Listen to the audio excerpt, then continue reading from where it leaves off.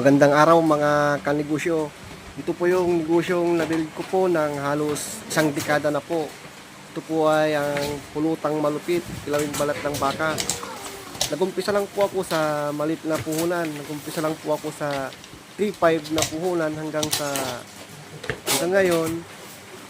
Medyo napalaki na rin po natin dahil po sa ating tiyaga at konting sipag, disiplina sa pera.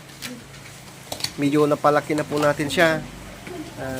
Nakapag-hire na rin po tayo ng ating mga tao para katulong ko po sa aking negosyo.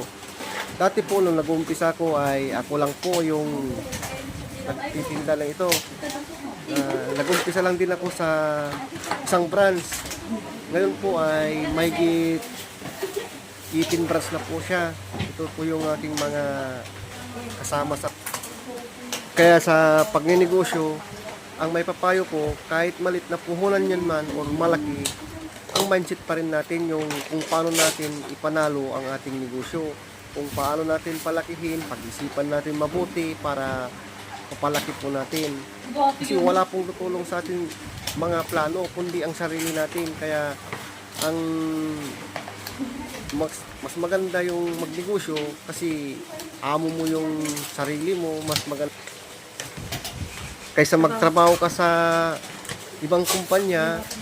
Mas maganda na yung maging boss mo yung sarili mo. Kaya sa mga gustong magnegosyo din dyan, talagang napakaganda po ng negosyo po kasi wala kang isipin na boss, walang magagalit sa'yo kundi yung sarili mo. Kaya magagawa mo kung ano yung gusto mong mangyari sa negosyo mo, kung saan mo gustong dalhin, kung palalakihin mo. Depende sa yung mindset yan. Ang may payo ko lang po, nagumpisa lang po ako sa ako lang po yung nagtitinda noon. Ngayon po, sawa ng Panginoon, may 18 branch na po tayo. Kaya po, sipag at tiyaga lang po at kunting disiplina sa paghawak ng pera para mapalago po natin.